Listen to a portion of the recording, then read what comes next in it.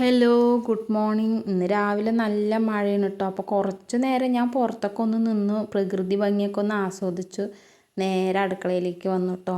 ഇത് കുടിക്കാൻ വെള്ളം ഒഴിച്ച് വെക്കണ ചട്ടിയാണ് കേട്ടോ, മൺചട്ടി. അപ്പം അതിൽ വെള്ളമൊക്കെ ഒഴിച്ച് വെച്ചു. പിന്നെ ഇന്ന് ചോറ് ഞാൻ ഗ്യാസിലാണ് കേട്ടോ വെക്കണത്.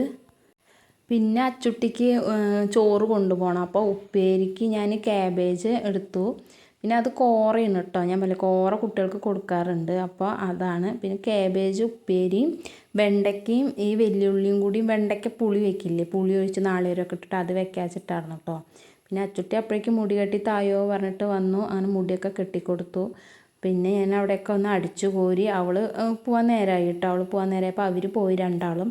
പിന്നെ ഞാൻ അവിടെയൊക്കെ വേഗം അടിച്ചു കോരി തുടച്ചു.